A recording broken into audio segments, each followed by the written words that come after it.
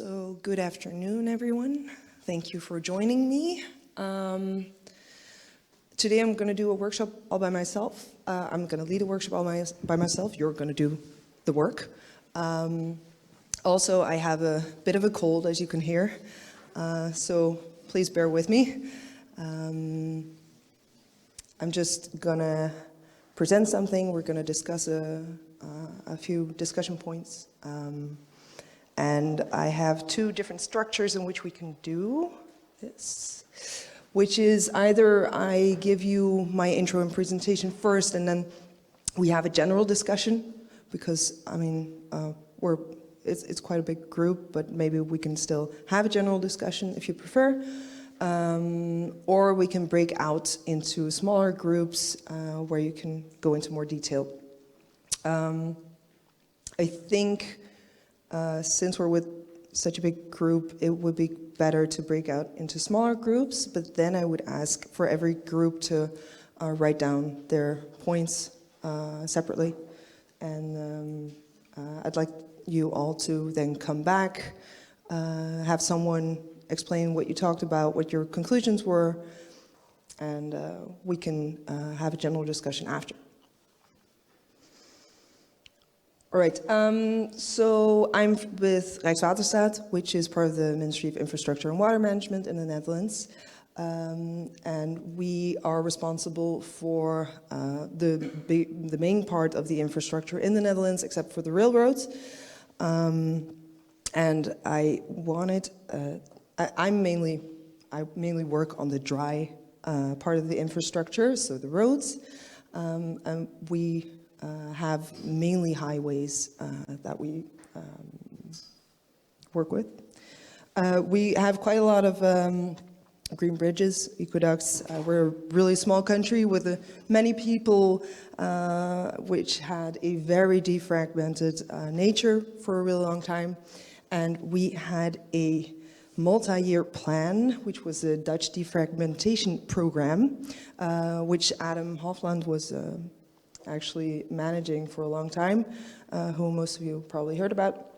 During this defragmentation program, we looked at what were like the biggest defragmentation issues that we had in the Netherlands, and we tried to resolve those problem areas. So as you can see, we had throughout the entire of the Netherlands, we had a lot of problem areas, and all of those in green were already resolved in 2017. Yeah, 2017. There's an animal. Hi, it's a wasp. And we partly resolved a couple others, and we had plans to resolve even more. So this was a really big program. We had a lot of money for it, and we realized a lot of different measures to make sure that the Netherlands was less fragmented. And we mainly focused on the small mammals, as you can see here, the amphibians and the large mammals, and also we tried to incorporate reptiles, butterflies, insects, bats, and others. But what we didn't really do, so we looked at the measures and we monitored the measures. What we didn't really do is we didn't look at the animal-vehicle collisions in relation to the measures. We didn't really look at how these measures impacted the animal-vehicle collisions or how they reduced the animal-vehicle collisions. So 3 years ago, we finally had the wolf back in the Netherlands. It was extinct for a really long time. And we had a wolf back in the Netherlands, and it was killed pretty quickly, I think. I'm not sure whether it was the first wolf that was killed, whether the first wolf that was in the Netherlands was the first wolf that was actually killed, but you get my point. You don't really want that, such an iconic species to be immediately just ran over. So there were a couple of questions asked, and we, as Rijkswaterstaat, got the job to tell the government how much we know about animal-vehicle collisions, how much impact that has on biodiversity, and on road safety as well. So I got an assignment to look at all the data we have, the national data we have, on animal vehicle collisions, to compare this data to see what we know, then to analyze the effects on both road safety and biodiversity, and to analyze for conclusions in relation to identifying hotspots so that we could actually, resolve some more issues. And we wanted to improve the data, both the quantity and the quality, because we realized that it was not really sufficient. So I didn't do the research myself, but I led a project in which the research was done. We collected a lot of data from some different sources, and we noticed that we had a lot of data on the bigger animals, or the animals that remain on the road, even if there's a very high intensity of traffic. Also, many of these animals that were, or these registrations that were reported, were mainly done on animals that were interesting to people, of course, because these registrations are done by either road users or when there has been like an actual incident and someone has been hurt, or there was economic damage, which is usually the bigger animals. The contractors in the different regions were also, some are also supposed to register, but they don't really register very much, and we don't really have a way of like making them register, and we don't really have a way to check. So we collected all the data. We saw it was mainly birds and mammals. So then when I'm talking about mammals, separate from the pets and the cats, pets and the cattle, it's because those are wild mammals, and the pets and cattle are non-wild mammals. We looked at the different ways we could divide up the data so that we could analyze the data more easily. So we separated them in, first of all species, categories, groups, and then specific animals. We did notice that many of the registrations didn't really have like specific animals in them, so it often it was a bird or a bird of prey, but sometimes it also was something which was a little bit funny. For instance, I once saw a registration which said they found a Bambi beside this, next to the streets, yeah. So it was pretty hard to analyze this. It was also a free text field, so it was quite a lot of work. But we did get some interesting results, and we analyzed the data on a couple of different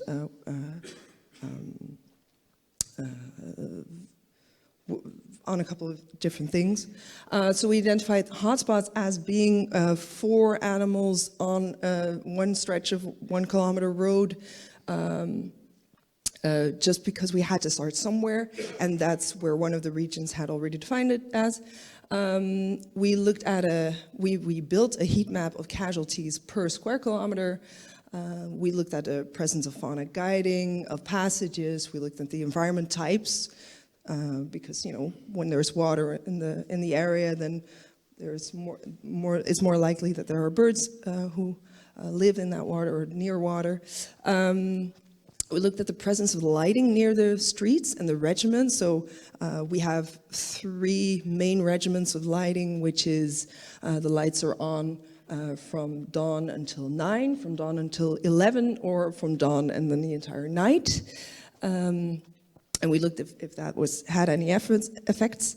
We looked at the traffic intensity itself, of course, the road width analysis per species, and then we looked at periods, hours, seasons, and we also compared the summer and the winter times to see if that had an interesting effect.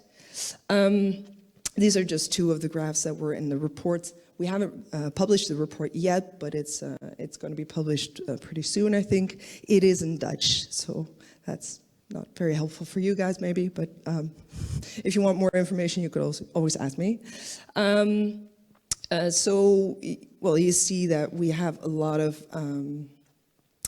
casualties, and we have them mainly at the beginning of the day, and well, this categories are really in logical order, but it doesn't really matter.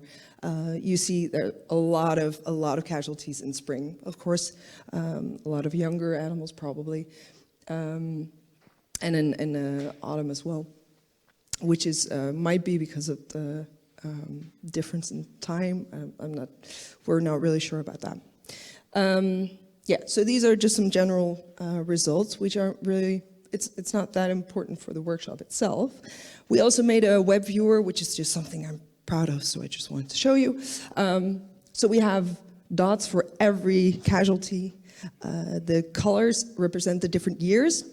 So we had 14 years of data, and you can like select one part of the road, and you can make a graph out of it, and then you have some data to actually support your hypothesis that some kind of measure needs to be taken.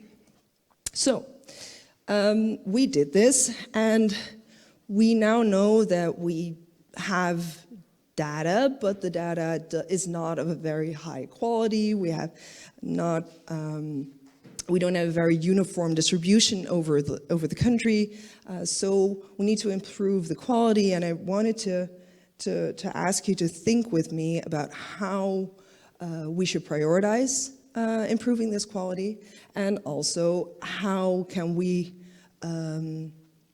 choose variables so that we are prepared for like an international way of registering and making, for instance, a map like this on an international scale, which there is another workshop about, if you know. I have I formulated 3 discussion topics. So the first one is, which audience should we target in creating a sense of urgency to the registration of animal vehicle collisions? And how should we attempt this? The main reason why I'm asking this question is because currently we're using data from the police, of course. We are using the contractors who are actually driving on the roads, and we're using our own road inspectors, which is very similar, of course, and the users. Only we don't want to involve the users too much because that might create some road safety issues, of course. We can ask the road inspectors to register to make some registrations. However, they are not very familiar with the species taxonomy. So we would have to solve that in a different way. And also, I know that in Sweden, the main way to register animal vehicle collisions is by looking at the insurance data.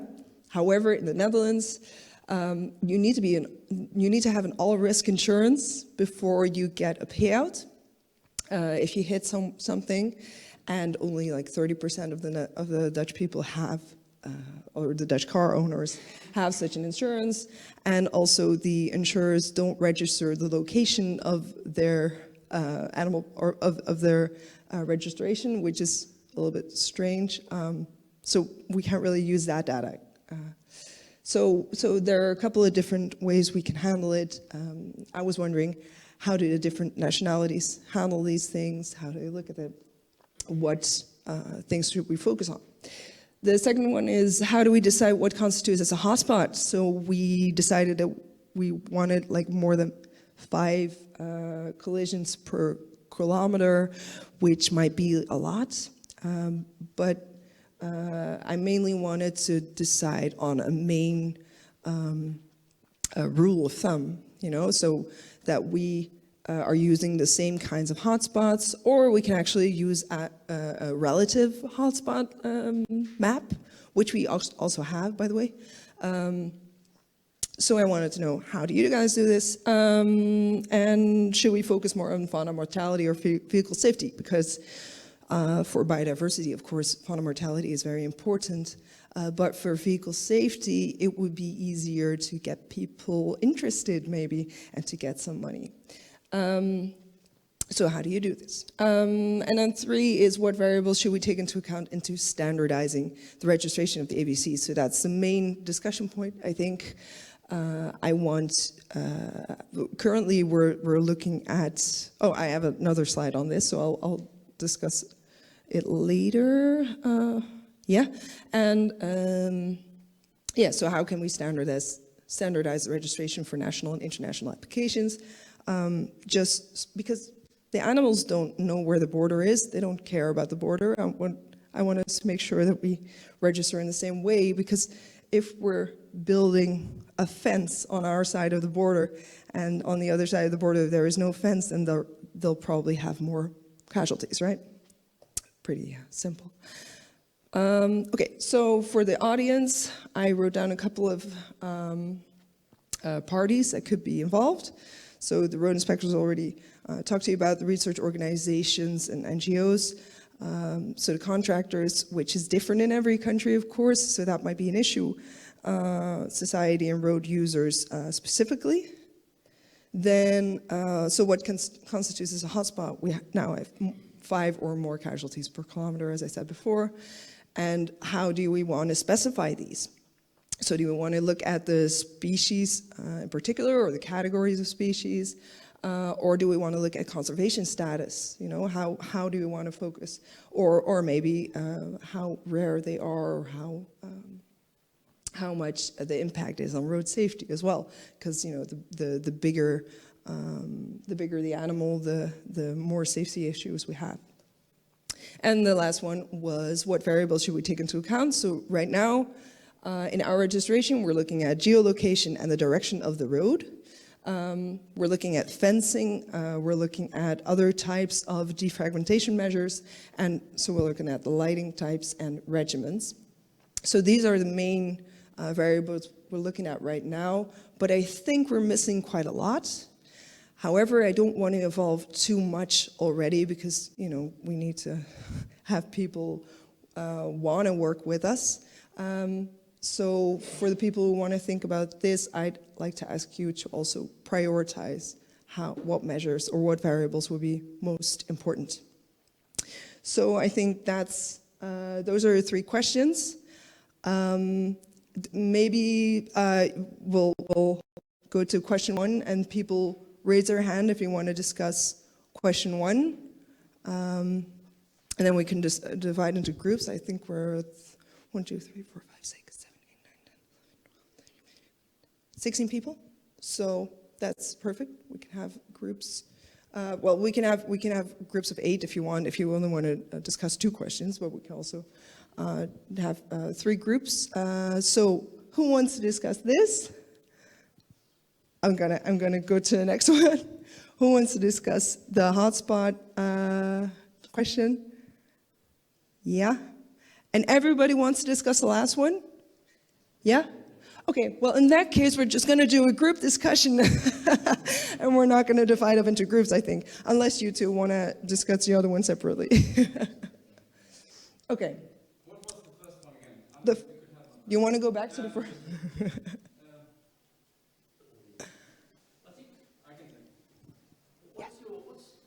What's the purpose of collecting this data for you guys? Why are you doing this? Why are we doing this? Yeah, so what does Rijkswaterstaat want to get out of this information? Because that's going to inform the answers to a lot of the questions. Right. Okay. Let me see. So in addition to what I said, what do we want? Or how do you want to use the results? Yeah. Yep. So currently we don't really know very much, right? We have data, but we don't really know how to relate that data to what measures we might want to implement, and to what kind of effects those animal vehicle collisions have. We don't really know where the biodiversity issues are. We do know that 30% of the otter population in the Netherlands dies because of animal vehicle collisions, but that's like the main species we know this information of. So we want to be able to, based on the data, motivate where we want to implement more measures. We want, based on the data, we want to also look at what measures work and where and why. And the first step is collecting data about the situation now. Because, like before I said that the program, the Dutch defragmentation program, we did implement a lot of measures, but we don't really have information on how these measures impacted the animal vehicle collisions. So it's mainly to form a basis, to form, what's it called? Yeah, a basis, so that we eventually can, just based on the data itself, we wouldn't necessarily even have to go out. Based on the data itself, we can say more measures need to be implemented there. Maybe on this road, the measures that are implemented, the fencing is not for the right species. And I also had, maybe suddenly there might be a hotspot in a different place, and then based on the data, you can actually go and check the fencing. So there are many possibilities, but first we need to get the data. Yeah. Does that answer your question? It's evidence-based decision-making. Yes, which we haven't been doing yet, I think, or not enough. All right, so are we still in for a general discussion? I see that we do have a Zoom link, even though, so the people in the Zoom link are, okay, good. Because I asked them to remove the Zoom link because, you know, we can't really have a discussion with online participants as well. So, do we still want to discuss the last question for only, or we can discuss all three, maybe in a plenary manner? Yeah, so, okay, let's start with this. So,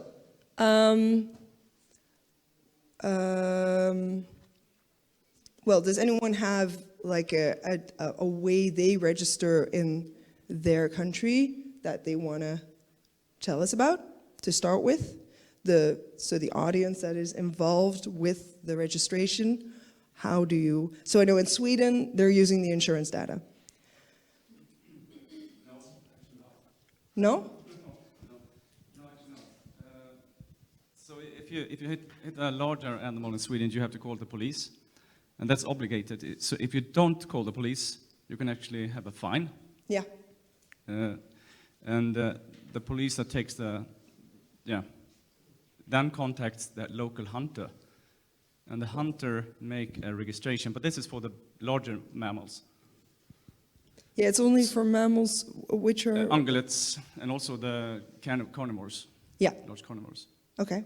Yeah, so it's a mix between the police and the NGO, the hunters. Yeah. And the hunter data then, So there's about 80,000 accidents a year in that database. Which is quite a lot. That's quite a lot. I didn't tell you yet, but so 80,000 is quite a lot. Yeah. I mean, I know that we have quite a lot of animal vehicle collisions as well because we have a lot of infrastructure. So I mean, we built a robust system just to handle all these accidents, I would say. Yeah. In Scandinavia. I think Norway is about the same.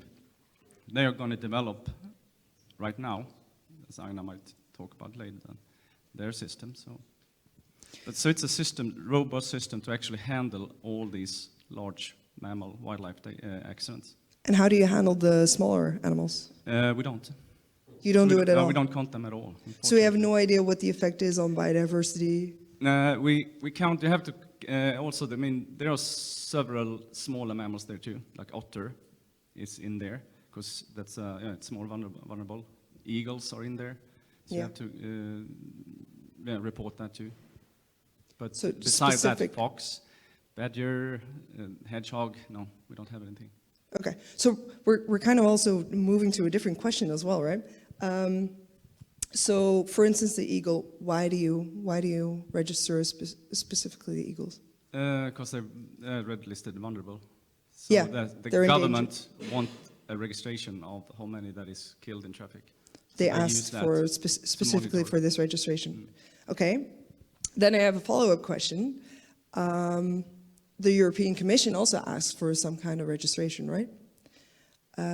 Do you focus on those animals as well, those species? I know that there is, I mean, we have a discussion, so there will probably be a change to that too. Yeah. So that right now it's just a system to handle all these accidents, I would say. Yeah. We have a different system. Okay. We have been creating and just Maybe you, I can give you mine as well.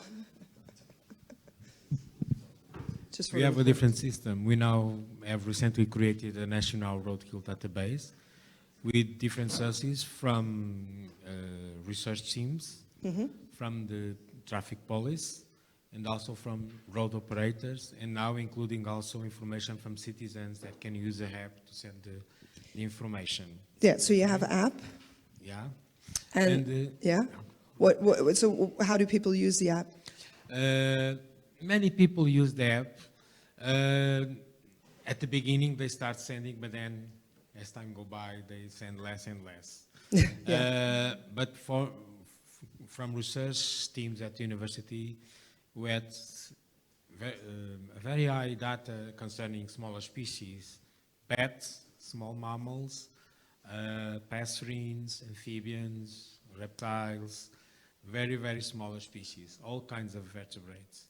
So in this kind, it is unusual because to have this kind of data, you have to monitor daily. To find bats, you have to do it daily and, for instance, very early if your aim is bats, or very in the afternoon if your aim is to find reptiles. Yeah. We also published in the framework of the project guidelines on how to mention and how to acquire information on roadkills. They are available in English and in Portuguese, so we can download it from the Lifelines project, which is a life awarded project from the program Life. And one thing that you are investigating is about to define hotspots with the second question. I don't know if I can follow them. And we found, for instance, for some groups that are permanent at hotspots, because we have for some roads long time, 15 years of monitoring,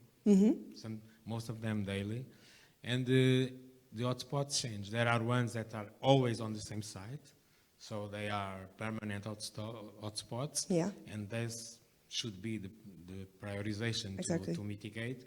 And then there are also lots of fluctuating hotspots. They happen 1 year, they happen 3 years in the same place after, or they happen once. So you have to distinguish between types of hotspots. Yeah. Okay. And do you, whenever you implement any measures, do a before and after? Yes, we had a live program analysis? Because we had already this roadkill data for one specific region. And then for this specific region, we know already where the roadkills of all species of vertebrates occur, since amphibians to wild boar is the biggest. So we implemented some measures, adapting culverts for flying species, and for bats, we are very worried about the bats because there are very scarce information, but they are a lot affected by roadkill. Very high numbers, yes. So and there are no effective measures for bats. I have shown that you have some ropes, but I don't know how effective they are. Yeah, it's specifically portals with like black screens. Yeah, and they use it? Well, they're pretty new. I don't think we have many of them yet, so we're not sure yet. Yeah, but we have data before and after implementation of measures, and also for some of the measures, we implemented a BASI monitoring program with monitoring the locals with mitigation measure, with similar locals, with controls without mitigation measure before and after the implementation. Yeah. Okay, so that's way more complete than we do.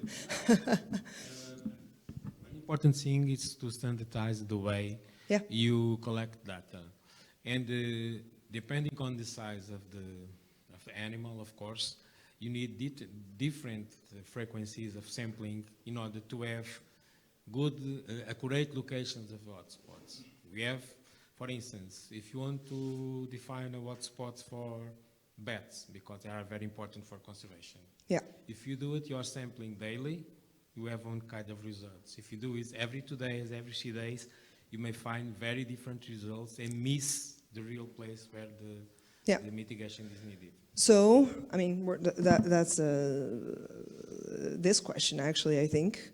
Well, it kind of, maybe it's another question completely. You would say that it would be better to monitor on a daily basis or on a regular basis at least, instead of having people register whenever there was an animal vehicle collision.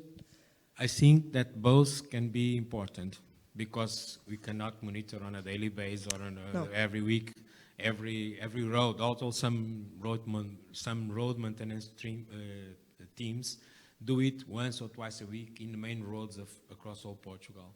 I don't know where. I don't know compared with other countries, but the main road agency in Portugal, they have teams with a tablet, and they have photographs of all small, big size animals, and for Portugal, an otter is considered a big animal. You see, big foxes, martens, and things like that. They photograph. Someone's identifies before it comes to our Yeah. roadkill database. So we have for larger animals, we have at least once a week data from the main roads in Portugal, covering all the country, because it's easy for maintenance crews. They have to manage with signs that are not on the proper side to do everything. And one of the things that they add to these maintenance crews is giving them a tablet with georeferenced location. They don't only take a picture and it goes directly And that's to it. the And you system. automatically have your Then geolocation, it's time, validated date. by an expert. Yeah. The interesting thing, I haven't told you yet, but I'm also doing a pilot with our road inspectors. And they also just, whenever they see something, they take a picture, it's all they need to do. So yeah, that's something we're trying. Yeah. Yes? Hi. Yes, I totally agree with Antonio, because the problem of those schema based on volunteers is how you can differentiate between roadkill hotspots and hotspot of volunteers. So if you have budget enough to, at least in some representative areas, Yep. to use standardized protocols for professionals, more or less trained, I think it's better, because otherwise it's different. As colleagues from Sweden commented, is obligatory in the case of those big animals that produce streaks.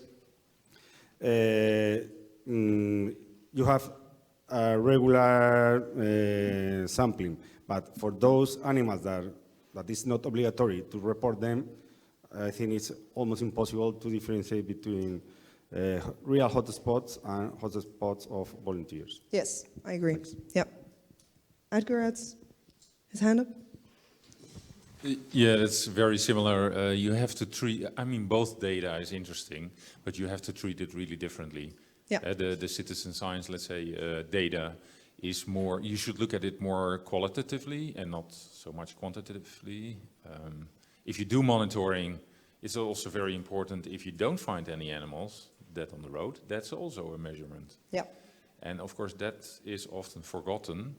Also when you send out the maintenance people to do the monitoring every day or every 2 days, this is important. Yeah. No, not finding something is also data. We wanted to look at the blind spots in the project. We call it blind spots. However, the data is so incomplete Yes, that blind spots were not really. Yeah, the data you An use, option. I think, is mostly on incidental observations. So you have to be very, very careful what you conclude there. Yes. Yes. What I wanted to add is, like, you have to specify more your ambitions. You told us a little bit what you want. You want to find maybe places where we should mitigate, and you want to use the data to test whether mitigation has an effect. You should maybe look really like, okay, and where do I want to study this? Because looking at all the animal species nationwide is very ambitious. I think that will be a disaster. It will work for 1 week and after that not. So you really have to look like what is feasible, what is possible to do practically, and what is most important then. Yeah. It is a small country, but we have a lot of roads, she told you. We have a lot of roads. Yeah. No, I get your point. Okay, Ronnie? I also encourage you to sampling the abundance of animals close to roads in some points. Because if you don't find road kills, can be either because animals can cross the road successfully, or because they even do not try to cross the road. So I think it's important not only to record the road kills, but also in some pilot areas to know why you find high or low mortality levels, comparing with the abundance of certain species in the surrounding area. Yes, yeah. To just come back on why my questions are so broad is, so the main conclusion I had from this project was we don't really register. Like the only things we register are coincidental, almost. So I want to first look at what should we want, what should we want to achieve, and then base the data we're going to collect on that goal we'll set. Ronnie? Yeah, I was just going to say, I think a couple of points. One would be, don't try and make it perfect, and then you delay the implementation for so long that you just waste time. So it's better to have something that kind of works in terms of a reporting and collection system, and you can always refine it, because I assume it would be an online app, you know, on your phone or something, so that you can always update the app to include more data fields or something if you find it, if you don't capture it in the first time. The second would be, there's some fields that are mandatory, others, you know, maybe there's researchers who want to use the app as well, and there might be another screen for them or another tab or something for them to collect the extra information that they need. But if it's all in the same system, then you've got data from the road cleanup crew, you've got data from incidental citizen scientists, you've got data from researchers, and it's all there. But then you've got issues with who owns the data. And if you're a student, and maybe it goes to the university, but if they're using your app, is it your data? Can they get it? Does everyone see it? Who uses it? But anyway, that's a detailed question to figure that out. But I think it's important that everyone's collecting the minimum data required in the same way. Yeah, exactly. Yeah. So I was thinking about developing a website with an API in which the only mandatory fields would be location, time, picture. That way, maybe we won't be able to get all the information right now, but at least eventually we can combine that data with the data on what is actually in the surrounding area, and also what species was it, or what age, or what sex. Also, which might be important for you to know, we do have a national database of the fauna and flora, in which we register just the presence of all the species, but also the animal vehicle collisions. So we already have a national database with that data. And the idea is, Edgar, correct me if I'm wrong, that it's going to go open next year, I think. It's going to be open data, right? So that way we could more easily collect it, and the ownership wouldn't be that much of an issue. Also, we have Ops Identify, which is an app for using image recognition to identify what species you have on your image, which also really works with casualties, or it seems to work. We're testing it right now. And this app was developed by the Natural History Museum of the Netherlands, Naturales, the biggest natural history museum. So yeah, we're trying to, I'm thinking of combining all of those, and I'm trying to include some parties so that we can have one main database. And yeah, it can be very simple. We can start very simple. And I would love if there were a lot of optional other variables you can fill out, especially for scientists. Yeah. The other possibility is to do what they do in Taiwan, Okay. which is where they send the dead animals to a central point. It's basically a reply paid service. You just chuck it in the mail and you end up with all sorts of things, dead animals to look at. That's Fun. yeah. Yeah, you'll need many freezers. Yeah, we do collect some animals, of course. We collect the wolves and the beavers and the otters as well, I think. Yeah, for analysis and DNA analysis as well. Yeah. Why can't you just use an existing app? Because I've seen these Yeah, around I don't the want to place. develop a completely new app, of Right, course. okay. I want to take it as low key as possible, right? I want to improve what we already have. But to do that, I need to know what should I focus on. Yeah. I think you need to make a split between the road safety and the biodiversity issue, Yeah. because it asks completely different approach.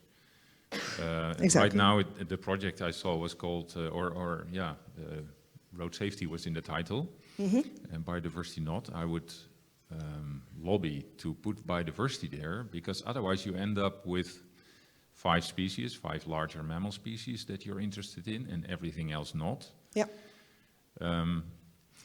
And then look at it differently. So if you look at road safety, we have 5 species that matter in terms of safety, and the rest we just kill and we don't even notice. And so your monitoring should then be focused on these 5 species, and you should look like, can we do this nationwide? Is that feasible? Probably it is, because there are some networks pretty organized already. Yep.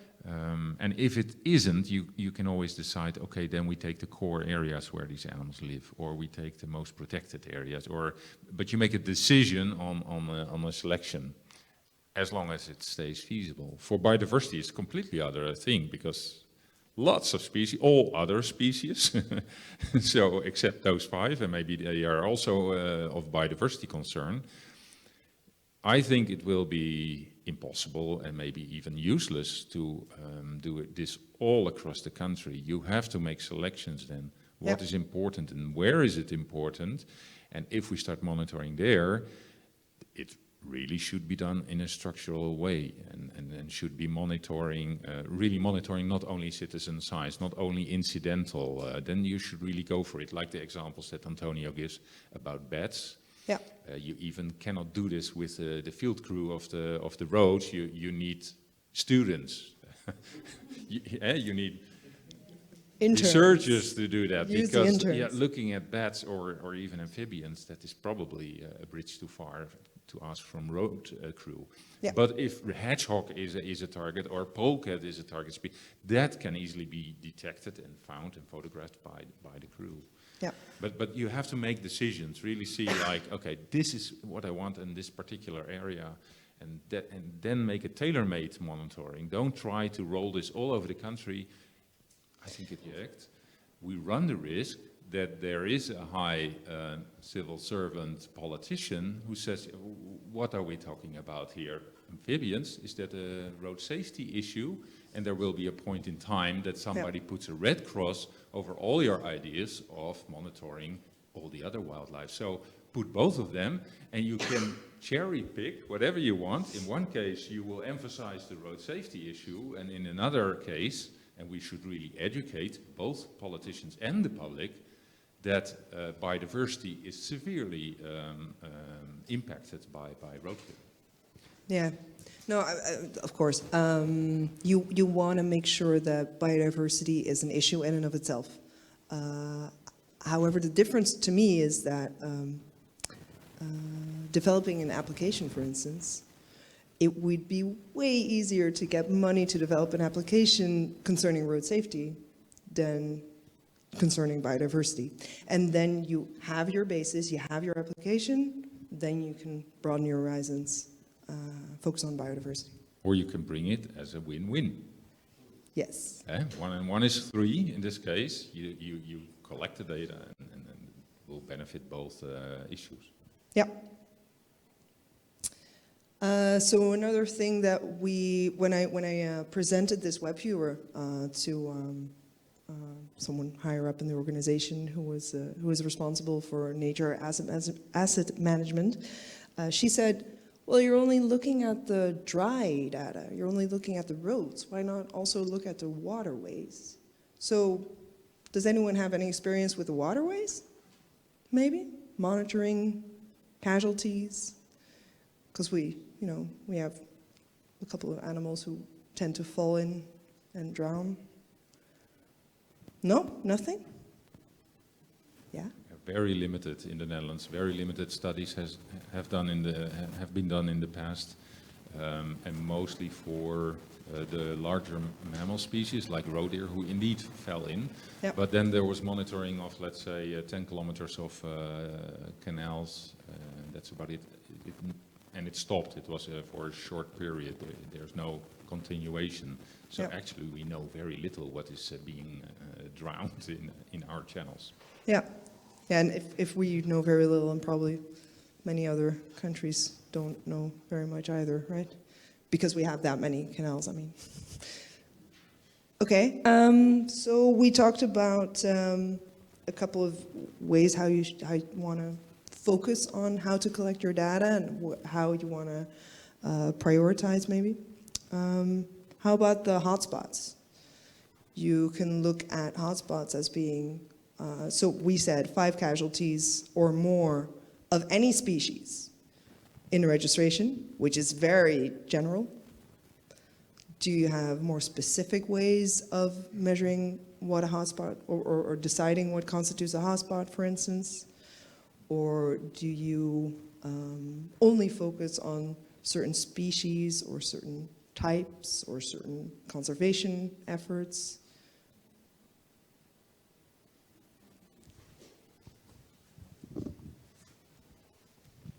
Hello, I'm from Estonia, Piret, and we have used this system in our studies that we focus on road safety issues, and in Estonia we have moose, who is the most dangerous animal, and so this we have taken as the, if there was, and according to animal body size, we have calculated the hotspot value. Okay, because the focus is road safety, of course. Yes. Yeah, and the bigger the animal, the More the damage. more dangerous. Yeah, more damage. Right. Yeah. Okay. So you have like a complex. You calculate what the body mass is, Yes, and we have taken a median body mass Mhm. of the species, and from the database we have those collision data, and then we have combined those two things, and then. But they are not very accurate, those locations, so it's like yeah, it's like 500 meter.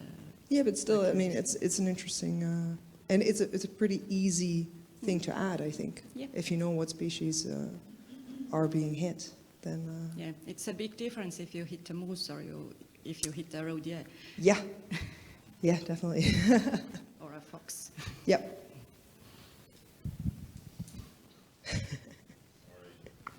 No. I want more response.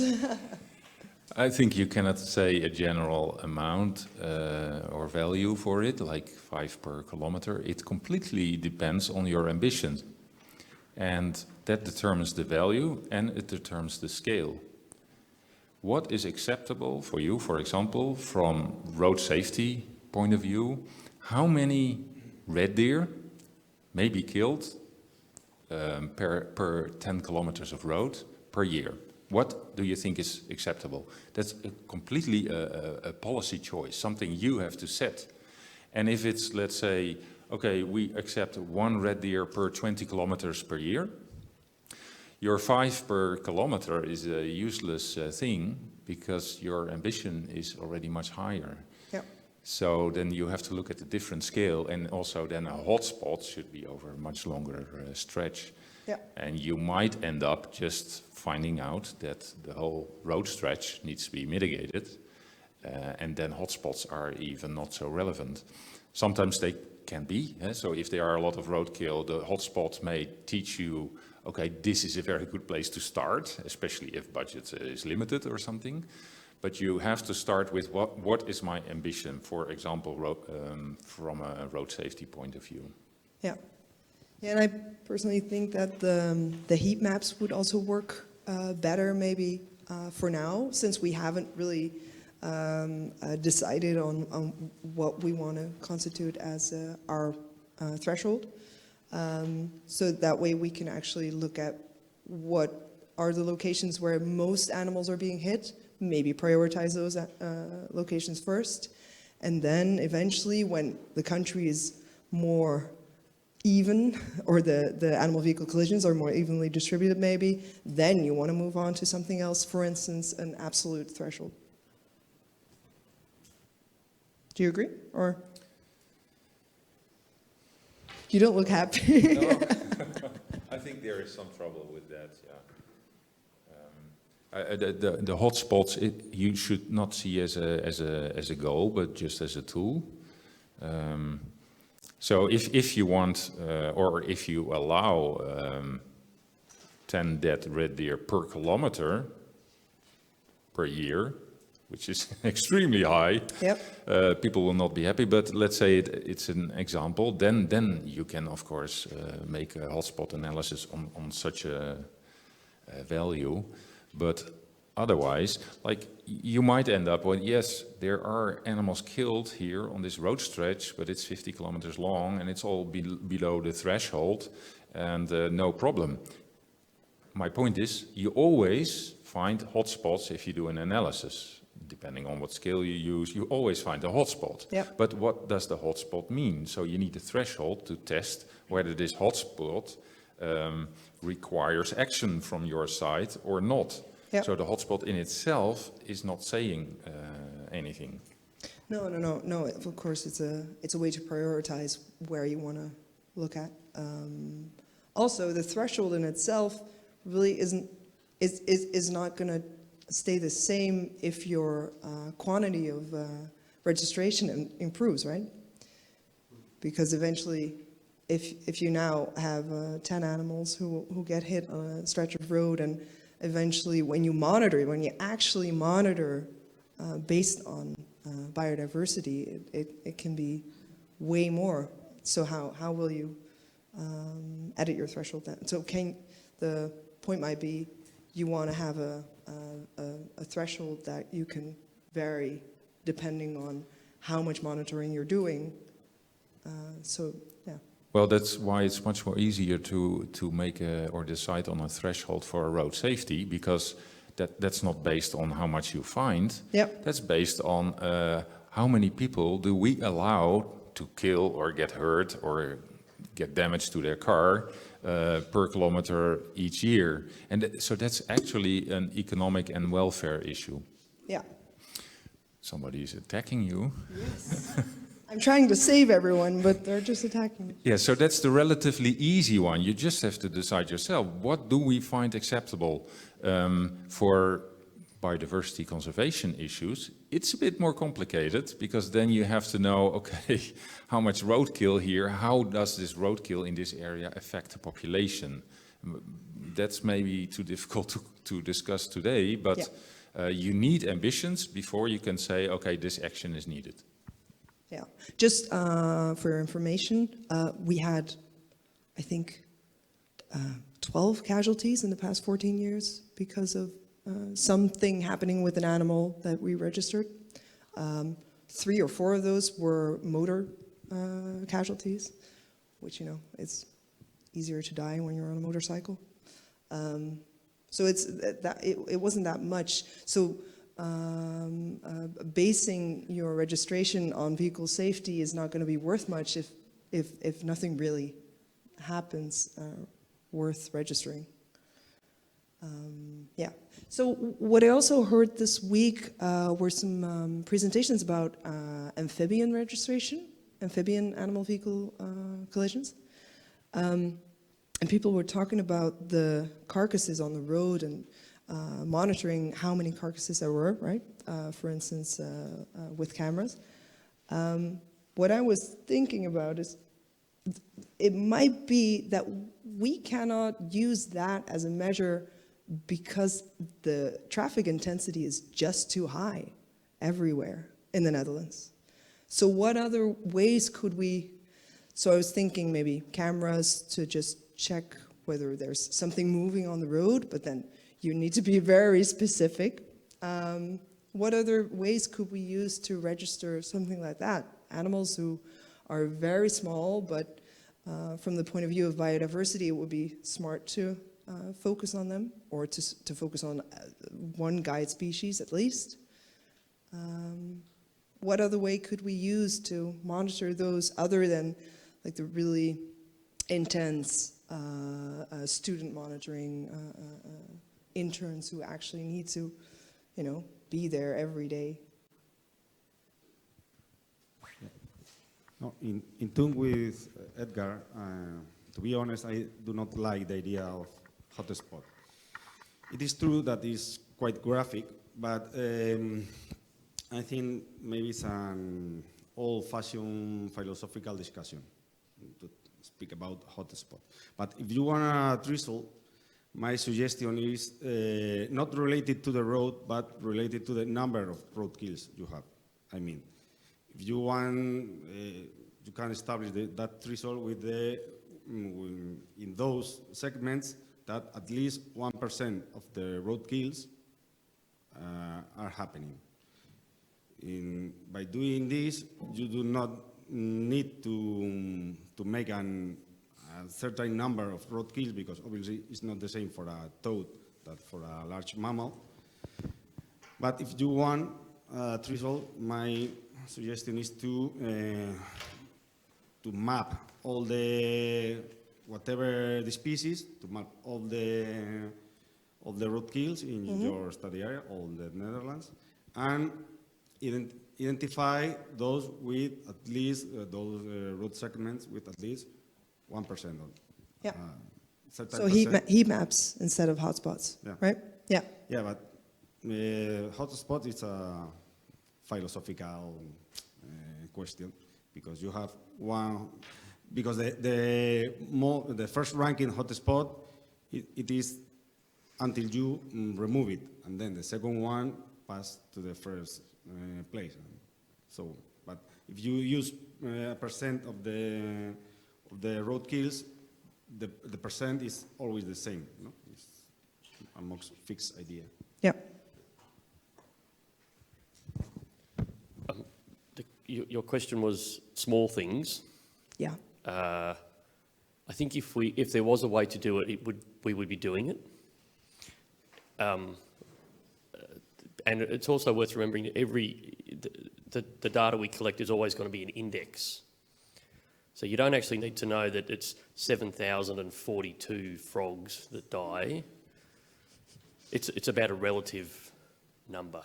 Yeah. And if you really want to find out at a particular spot, you need to, capture, mark, recapture, estimate survival, that kind of approach, as opposed to trying to count 7,042 frogs. Yeah, you want to extrapolate based on how many frogs want to cross, right? Well, you can look at the survival rate of a population next to the road, and you can look at the survival rate of a population further away from a road, and if it's you know, 80% of the frogs here survive to the next year, but over at the road it's only 20% of the frogs make it to the next year, or whatever the species is, then you can assign that cause of death to the road. Yeah. Yeah, you'll need a stretch of road where part of the habitat they need is on one side of the road and part of it is on the other Correct, yeah. side, though, right? As well, yeah. Yeah. Yeah, but that might be a better way of looking at the smaller animals, at least. Yeah. Okay, so I've got 2 big recommendations, I think. It's, or 3 maybe. Don't focus on road safety, but focus on biodiversity if you really want to monitor, like if you want to have quality data. Don't use hotspots, use heat maps or a different way of a relative measurement tool. And the smaller animals, try to look at the populations instead of the casualties. Okay. A hotspot can be theoretically defined as any location that has a higher number of crashes than other similar locations as a result of local risk factors. In other words, significantly higher than expected. How much higher? The difference can be statistically tested. One option is to use the KDE plus method, as we do in the Czech Republic. Okay. Does anyone have any responses? Yeah, right. It's kind of what we were saying, right? Exactly. Antonio. No, it's what Rodney said, and it's a relative number. You don't need to say it's 5, it's 4. It's where there is a statistically significant high number of road kills than in the other stretches. And then it's a way to define, independent of the, you don't have to choose a threshold. Okay. Exactly. Yeah.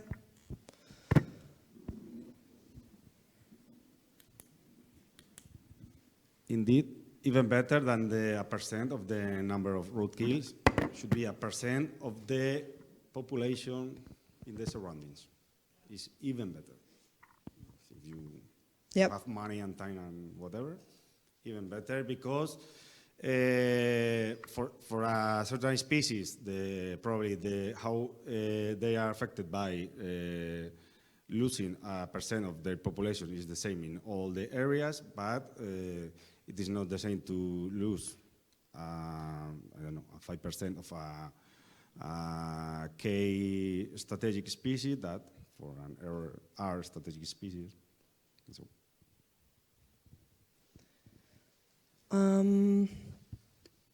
Okay, let's see. Do we want to focus on anything else? Because we mainly talked about like yeah, Edgar. Well, just one addition, a wild idea. Not looking at roadkill immediately, but indirectly. If you talk about small animals, like we're talking about motorways here. We know it's 4-lane. It's you know, you're not going to cross a motorway in the Netherlands because you will not survive it, even with your eyes open. It's often 6 lanes or 8 lanes or even 12 lanes. If you look at the A2, it's impossible to cross that alive for a small critter. So if you do have the assumption that all toads or frogs that try to cross it will die, you can also decide, okay, let's measure what animals do arrive at the border of the road and tries to cross. Yeah. And if you do see they are quite high numbers, you might decide, okay, here this is the place for my mitigation. Yeah, that might be a very good way of looking at it. You can also just so you can look at the populations, right? The populations we already know are near the roads, or you could use cameras or whatever to automatically detect animals who. Yeah, we did it on a smaller scale of road, but the system is the same. You build a fence that keeps amphibians away, and you put traps there, and they fall in the trap, and you can easily count what is approaching this road. And then in this case, we built some tunnels and they could cross safely. But it's also a measure to get numbers, get data on what is trying to cross here, and will be certainly dead. Only we cannot count it. It's impossible. Not enough students. So we have to find other ways. Yeah. Oh, that wasp. Okay. Yeah, so I think the main point is we shouldn't focus too much on the casualties themselves. Maybe we shouldn't focus too much on the impact on traffic safety.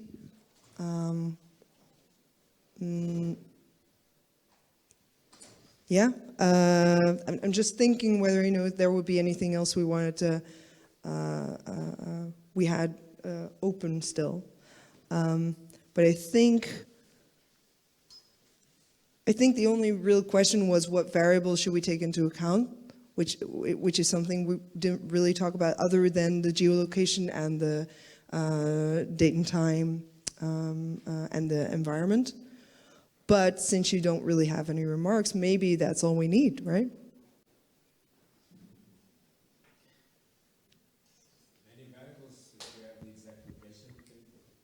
Many variables you can take later on GIS or something like that. Yeah. Other you don't, so we have to think what variables I need to get in the place because Yeah, I cannot at have that them. place at that time. Yeah, Yeah. fencing, type of fencing like that will be important. Yeah, or the quality of the situation, Yeah. the fencing right there. Yeah. Yeah.